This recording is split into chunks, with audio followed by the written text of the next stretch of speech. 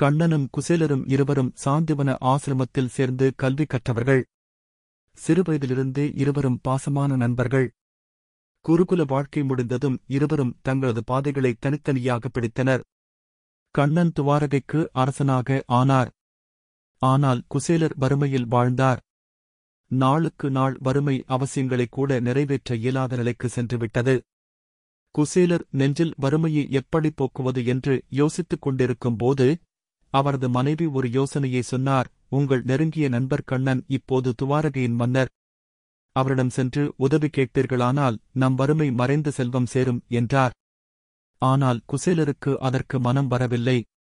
ஏழ்மையிலிருக்கும் தன்னை நண்பன் அரசரிடம் காண்பிக்க மனம் வரவில்லை. நண்பனிடம் உதவி கேட்பது கூட அவருக்கு சம்மதம் இல்லை. ஆனாலும் மனைவியின் விருப்பம், வறுமையின் கொடுமை, இதனால் குசேலர் செல்ல வேண்டிய நிலைக்கு வந்தார். குசேலர் கண்ணனைப் பார்க்க செல்லும்போது நண்பனை வெறும் கையில் சந்திக்கக்கூடாது என்று எண்ணினார். ஏனென்றால் அவ்வளவு நாட்களுக்குப் பிறகு சந்திக்கிறார் அல்லவா? ஆனாலும் கையில் பணம் எதுவும் இல்லை.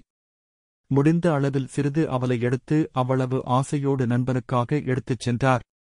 வெறும் துடுப்பு கிழிந்த உடை, காலில் ஓட்டுச்ச சேண்டல்ஸ் கூட இல்லாமல் நடைபயணமாக துவாரகைக்கு வந்தார்.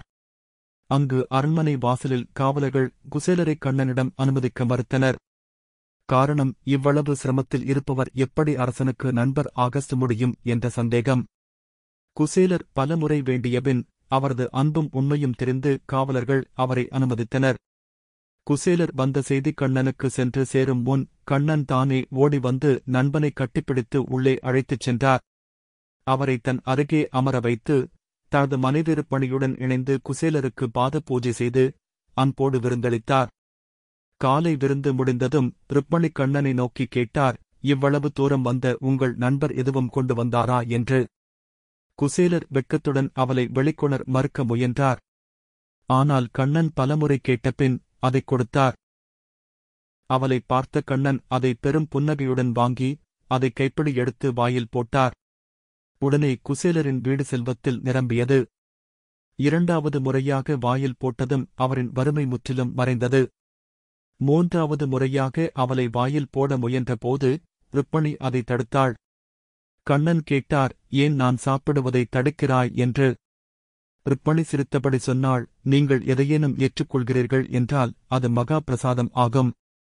உங்கள் நண்பன் ஆர்வமாய் கொடுத்து அதை பிரசாதமாக எனக்கும் கொஞ்சம் தரக்கூடாதா என்று கேட்டாள். கண்ணன் மகிழ்ச்சியுடன் மீதி அவளை ருக்மணிக்கு பிரசாதமாகக் கொடுத்தார். ருக்மணி அதை புனித உணவாக ஏற்றுப் பெற்றார்.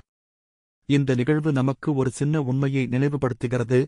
கடவுளுக்கு நாம் கொடுக்கும் நெய்வேத்தியம் அவர் ஆசிர்வாதமாக பிரசாதமாக நமக்கு திரும்பக் கிடைக்கும் என்பது.